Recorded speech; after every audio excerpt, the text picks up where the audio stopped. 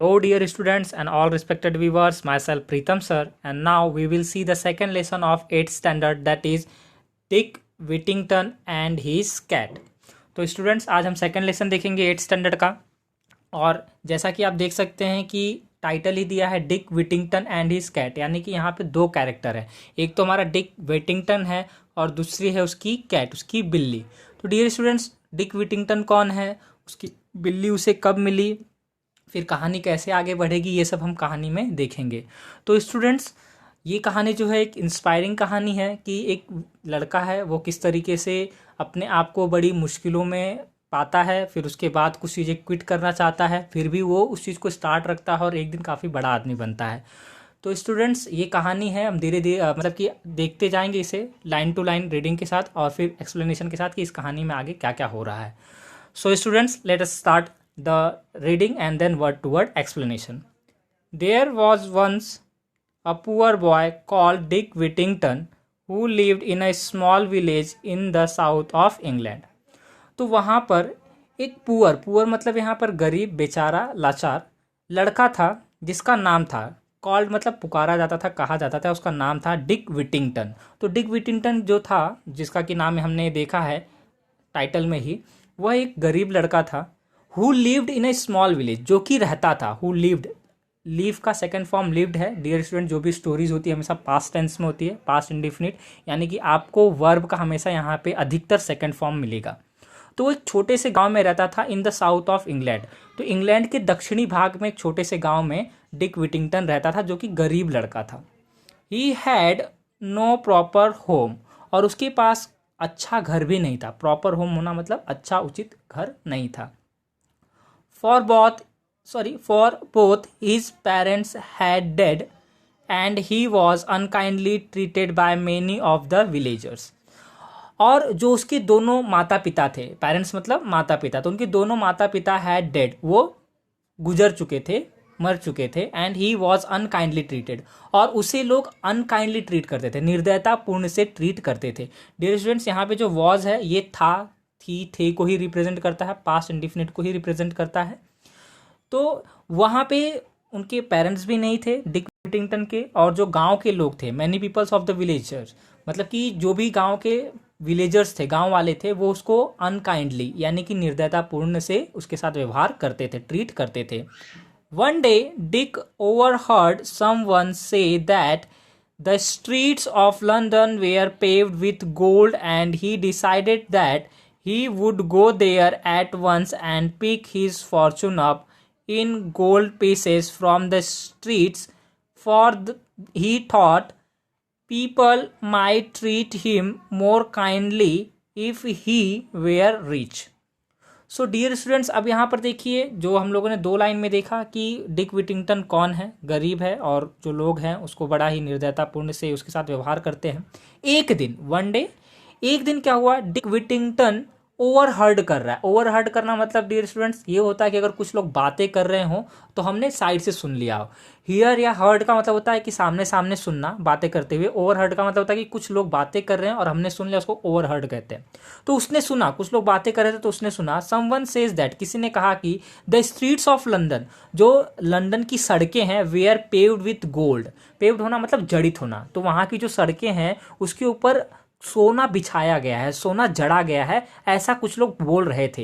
ही decided, और उसने तब निश्चय किया। डिसाइडेड मतलब निश्चय करना, ये डिसाइड का सेकंड फॉर्म है डियर स्टूडेंट्स, यहाँ पे भी पास्ट इंडिफिनिट टेंस है। दैट, उसने डिसाइड किया कि ही वुड गो देयर, वो वहां जाएगा। ही वुड गो देयर मतलब वो वहां जाएगा, मतलब ये वुड पास्ट को ही इंडिकेट करता है कि उसने ऐसा सोचा कि वो वहां जाएगा। एट वंस, एक बार। And pick his fortune up, और वो अपने किस्मत को चमकाएगा। पिक हिज फॉर्चून अप का मतलब कि अपनी जो किस्मत है उसको ऊपर की तरफ लाएगा, वो चमकाएगा। In gold pieces from the streets, कैसे, जो स्ट्रीट्स हैं, उसने सुना ना। अब देखो, छोटे बच्चे तो जो सुनते हैं उनको वही लगता है। यहाँ पे तो अलंकार यूज़ किया गया, फिगर ऑफ स्पीच यूज़ किया गया है कि वहाँ पे इस तरह की भव्यता है, इतनी अमीरी है कि वहाँ की सड़क भी सोने जैसी दिखती है। लेकिन यहाँ पे बच्चा क्या सोच रहा है, डिक विटिंगटन ये सोच रहा है कि अरे नहीं, वहाँ पे सचमुच में सोना बिछाया गया है और वहाँ से जाके मैं सोना लेकर आऊँगा और मैं क्या हो जाऊँगा, अपने किस्मत को चमका दूंगा। फॉर ही थॉट, और उसने यह भी सोचा कि जो पीपल लोग हैं, जो लोग विलेजर्स हैं, might treat him more kindly, और बड़ी सज्जनता से, काइंडली मतलब होता है सज्जनता से, तो जो यहाँ पे लोग हैं वो लोग उसको बड़ी सज्जनता से उसके साथ व्यवहार करेंगे। इफ़ ही वेयर रिच, यदि वो रिच हो जाएगा, रिच होना मतलब अमीर हो जाएगा, सीधी सी बात है कि जिसके पास बहुत सारा सोना मिल जाएगा तो वो अमीर हो जाएगा। लेकिन यहाँ पर देखिए, लोगों का कहने का मतलब ये था कि जो लंदन की सड़कें हैं वहाँ पे भव्यता बहुत है, अमीरी बहुत है, और इसे लग रहा है कि नहीं सचमुच में वहाँ पे सोना जड़ा हुआ है। तो डियर स्टूडेंट, छोटे बच्चे की जो मानसिकता है, जो सोच है, उसको भी बड़ी प्यार से और बहुत ही अच्छे तरीके से यहाँ पे राइटर ने दिखाने की कोशिश की है। तो आइए स्टूडेंट्स, हम आगे चलते हैं। सेकेंड पैराग्राफ में देखते हैं क्या है। So young Dick set out to walk to London. He had not gone far when a man in a cart stopped and asked him if he was running away from home. So मतलब इसलिए young Dick, young मतलब छोटा, जो बच्चा है Dick Whittington, set out to walk, उसने अपने आप को चलने के लिए बाहर ला दिया, टू लंदन, वो अब लंदन चलने के लिए तैयार हो गया। ही हैड नॉट गॉन फार, वह बहुत दूर तक नहीं गया था। ही हैड क्या है यहाँ पे, हेल्पिंग वर्ब है डियर स्टूडेंट्स, किसका, पास्ट परफेक्ट टेंस का। तो पास्ट परफेक्ट टेंस में हैड होता है, हैड के बाद नॉट लगा है, और गॉन गो का थर्ड फॉर्म है, गो वेंट गॉन। तो डियर स्टूडेंट, जब भी आप ये सब सेंटेंसेस पढ़ते हो तो इसमें जो टेंस आ रहे हैं ना, उनको SVO, सब्जेक्ट वर्ब ऑब्जेक्ट, ये निकालिए और सेंटेंसेस खुद से भी बनाइए। Far when a man cart stopped, वो अभी बहुत दूर ही नहीं जा चुका था, तभी क्या हुआ कि एक आदमी जो कार्ट से जा रहा था, कार्ट मतलब क्या होता है, बैलगाड़ी, वो स्टॉप्ड मतलब रुका, एंड आस्क्ड हिम, उसने पूछा, if he was running away from home, क्या वह जो लड़का है, तुम उससे, डिक विटिंगटन से पूछा, क्या तुम अपने घर से भाग रहे हो क्या, रनिंग अवे फ्रॉम होम मतलब अपने घर से दूर भागना। I have no home, Dick answered, तो जो डिक है, डिक विटिंगटन है, उसने आंसर दिया, उसने प्रति उत्तर दिया, जवाब दिया कि आई हैव नो होम, मेरे पास घर नहीं है। I am on my way to London to find my fortune, मैं अपने रास्ते से लंदन जा रहा हूं और वहां पे मैं अपनी किस्मत को ढूंढूंगा या चमकाऊंगा। I am going to London myself, said the carter, I am going to London myself. अब यहाँ पे जो कार्टर था, सेड कार्टर मतलब कि कार्टर ने कहा, कार्टर मतलब कौन, जो बैलगाड़ी चला रहा था, उसने कहा कि I am going to London myself, अरे मैं भी लंदन ही जा रहा हूं। तो डियर स्टूडेंट्स, यहाँ पर देखिए कि ये कोटेशन में दिया हुआ है, तो ये हमारा डायरेक्ट और इनडायरेक्ट स्पीच आपने सुनी होगी, तो ये हमारा डायरेक्ट स्पीच है। तो डायरेक्ट स्पीच में जो भी सेंटेंसेस होते हैं वो एज इट इज होते हैं, जो भी बोलने वाला होता है। यहाँ पे देखिए स्पीकर है ना, द कार्टर, तो इसके शब्द उसी तरीके से, इसलिए कौन से टेंस में है, फ्यूचर इंडिफिनिट भी आप कह सकते हैं इसे, और इसे आप प्रेजेंट कॉन्टिन्यूअस टेंस भी कह सकते हैं। आई एम गोइंग टू को हम क्या लगा सकते हैं, आई विल भी लगा सकते हैं, I will go to London, इस तरीके से। तो यहां पर डियर स्टूडेंट, जब भी आपको टेंस मिलेंगे तो उनको भी प्रॉपरली देखिए, क्योंकि जो हम ग्रामर पढ़ लेते हैं, क्योंकि अब तक टेंस आप लोग का क्लियर हो चुका होगा, तो उससे अपने टेक्स्ट बुक में ढूंढने की कोशिश करिए, और वो सबसे ज़्यादा इंपॉर्टेंट है आपके लिए। अब कार्टर ने कह दिया है कि मैं भी तो वहीं लंदन जा रहा हूं, jump up here beside me and we will journey together, अरे चलो चढ़ जाओ यहाँ पे मेरे इस कार्टर पे, मतलब मेरे बैलगाड़ी में, और हम लोग साथ में इस जर्नी को, इस यात्रा को पूरी करेंगे। तो सीधी सी बात, अगर देख रहे कोई छोटा सा बच्चा जा रहा है तो उनको भी सोचा होगा कि चलो ठीक है, इसको भी लेके चलते हैं, वहीं तो हम भी जा रहे हैं। तो वो लोग अब जर्नी स्टार्ट कर चुके हैं, यात्रा स्टार्ट कर चुके हैं। They arrived in London just before nightfall and the carter left Dick and made his way to an inn. अब यहाँ पर क्या हुआ है कि जो कार्टर है वो और डिक विटिंगटन, दे अराइव्ड, वे दोनों, अराइव्ड मतलब पहुंच गए, इन लंदन, लंदन पहुंच गए just before nightfall, just before nightfall का मतलब कि संध्या का समय, अभी रात आने ही वाली, मतलब इवनिंग का जो टाइम है उस टाइम पे वहां पर वो पहुंच गए। And the carter left, carter left, ये जो है कि कार्टर ने क्या किया, डिक को वहीं छोड़ दिया एंड मेड हिज वे, और वह अपने रास्ते से चला गया टू एन इन। इन का मतलब डियर स्टूडेंट धर्मशाला होता है, सराय होता है, बड़े होटल वगैरह इस तरीके से। तो अपने सराय की तरफ निकल गया है, धर्मशाला की तरफ निकल चुका है, उसने डिक को वहीं छोड़ दिया है। Poor Dick stood alone and looked around him in अ डिस्मे। अब यहाँ पर जो पुअर डिक, पुअर मतलब बेचारा, लाचार, गरीब, जो डिक है वो अब खड़ा है। स्टूड, स्टूड क्या है? स्टैंड का सेकंड फॉर्म है। Stand, stood, stood. अब वो अकेला खड़ा है एंड लुक्ड, लुक्ड भी सेकंड फॉर्म है लुक का, लुक मतलब देखना, और वो देख रहा है अराउंड हिम, अपने चारों तरफ देख रहा है। अराउंड हिम मतलब अपने चारों, अब वह अपने चारों तरफ देख रहा है इन डिज्मी। डियर स्टूडेंट, DISMAY, डिज्मी मतलब होता है ग्रेट डिसअपॉइंटमेंट, मतलब घोर निराशा के साथ, क्योंकि अब वो तो अकेला है ना। अब गांव में भले लोग उसको अनकाइंडली ट्रीट करते थे, बट वहां कुछ तो लोग थे जानते पहचानते, लेकिन अब यहाँ पे वो बिल्कुल अनजान है, बिल्कुल अकेला है। तो वो बड़ी ही घोर निराशा से अपने चारों तरफ देख रहा है। Where was all that fine gold, और देखते समय वो सोच रहा है कि where was all that fine gold. Dear student से कौन सा सेंटेंस है? इंट्रोगेटिव सेंटेंस, और उसमें भी WS टाइप। तो where was the all that fine gold. अब वो सोच रहा है कि अरे पूरा गोल्ड कहाँ है? सब लोग कह रहे थे कि यहाँ की जो सड़कें हैं उस पर पूरी सोने बिछी हुई है, उससे जड़ा गया है, लेकिन सोना है कहाँ, गोल्ड है कहाँ? All he could see were dirty streets and lots of unfriendly people. All he could see, और वह जो देख सकता था, कैन मतलब सकना, कुड मतलब सकता था, तो वह जो देख सकता था, वेयर डर्टी स्ट्रीट्स, वहां पे बहुत सारे डर्टी स्ट्रीट्स थे, गंदे गंदे सड़कें थी, and lots of unfriendly people, और बहुत से अनफ्रेंडली लोग थे। अनफ्रेंडली मतलब कि मित्रवत नहीं रहना, अनजान बन के रहना, ऐसे बहुत से लोग थे। तो डियर स्टूडेंट्स, देख लिया आपने कि अब तक वो अपने गांव से तो आ चुका है, उसे ऐसा लगा था कि वह जाएगा वहां पर और उसे गोल्ड मिलेगा, बट कहानी यहाँ पर एकदम बदल चुकी है। वह देख रहा है कि कोई भी नहीं है यहाँ पे और सोना भी नहीं है कि नहीं? अब आगे देखते हैं। He had now where to sleep and in the end he spend the night in the corner of a alley where he hoped he would come to no harm. अब डियर स्टूडेंट्स, उसके आसपास तो कोई है नहीं, एकदम वो अनजान है, और लोग भी एकदम अनफ्रेंडली उसकी तरफ बिहेव कर रहे हैं, और सड़कें भी बहुत गंदी हैं। तो वो अब क्या करेगा? तो he had now where to sleep, अब वो कहाँ सोए? इन द एंड, और अंत में, he spend the night, spend SPEND का सेकेंड फॉर्म है, स्पेंड मतलब खर्च करना या फिर बिताना, तो उसने बिताया, क्या बिताया? अपनी जो रात थी, the night in the corner, corner मतलब कोने में, ऑफ एली। तो डियर स्टूडेंट्स, एली क्या होता है? अ नैरो पैसेज बिटवीन, है ना, बिहाइंड बिल्डिंग, जो दो बिल्डिंग के बीच में या बिल्डिंग के पीछे जो जगह होती है उसको एले कहते हैं। तो उस एले में उसने, वहां के किसी कॉर्नर में, किसी कोने में उसने क्या किया? अपनी रात को बिताया। Where he hoped he would come to no harm, और उसने यह आशा की, होप्ड HOPE इसका फर्स्ट फॉर्म होता है, सेकेंड फॉर्म है HOPED। तो डियर स्टूडेंट, बहुत सारे वर्ब आपको मिल रहे हैं, चाहिए तो आप नोट डाउन करिए उसका first form, second form, third form, क्योंकि जितना वर्ब आपको याद रहेगा उतनी आपकी इंग्लिश अंडरस्टैंडिंग बेहतर होगी। तो वो ऐसी आशा करके वहां पे सो गया कि यहां पे अब मुझे कोई दिक्कत नहीं होगी। The next morning Dick walk up cold, miserable and very hungry. और दूसरे दिन जब वो जागा, नेक्स्ट मॉर्निंग मतलब दूसरे दिन, डिक वॉकअप, वॉकअप मतलब जब जाग गया, तो कोल्ड वहां पे ठंडा था, मिजरेबल, मिजरेबल मतलब वहां पे एकदम दयनीय स्थिति में था, एंड वेरी हंग्री और बहुत भूखा था। He wandered around begging for food, but again and again people shouted at him.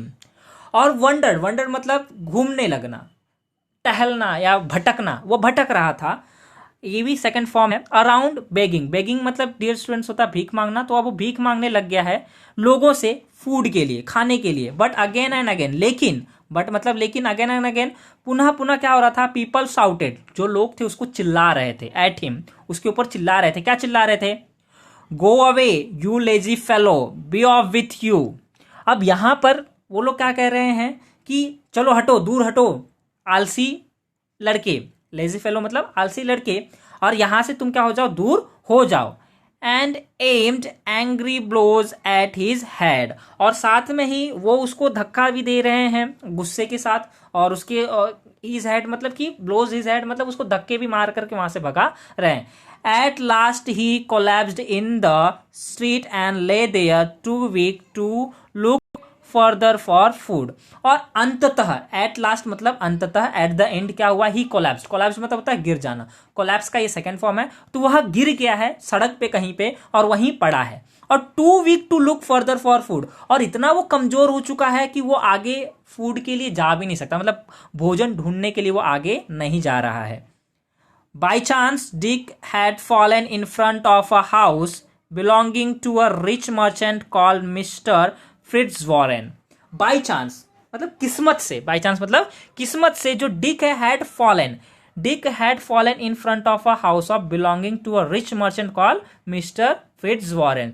तो मिस्टर फिट्जवॉरेन नाम के रिच, रिच मतलब अमीर, मर्चेंट मतलब व्यापारी, तो बड़े ही जो अमीर व्यापारी हैं उनके घर के सामने, इन फ्रंट ऑफ हाउस को मतलब उनके घर के सामने वो गिरा। हैड फॉलन डियर स्टूडेंट्स आया है तो कौन सा टेंस हो जाएगा, पास्ट परफेक्ट टेंस, क्योंकि हैड उसकी हेल्पिंग वर्ब है और वर्ब का थर्ड फॉर्म है। फॉल, फॉलन, इस तरीके से जो होता है ना, फॉल, फॉल, फॉलन, इस तरीके से, तो थर्ड फॉर्म है।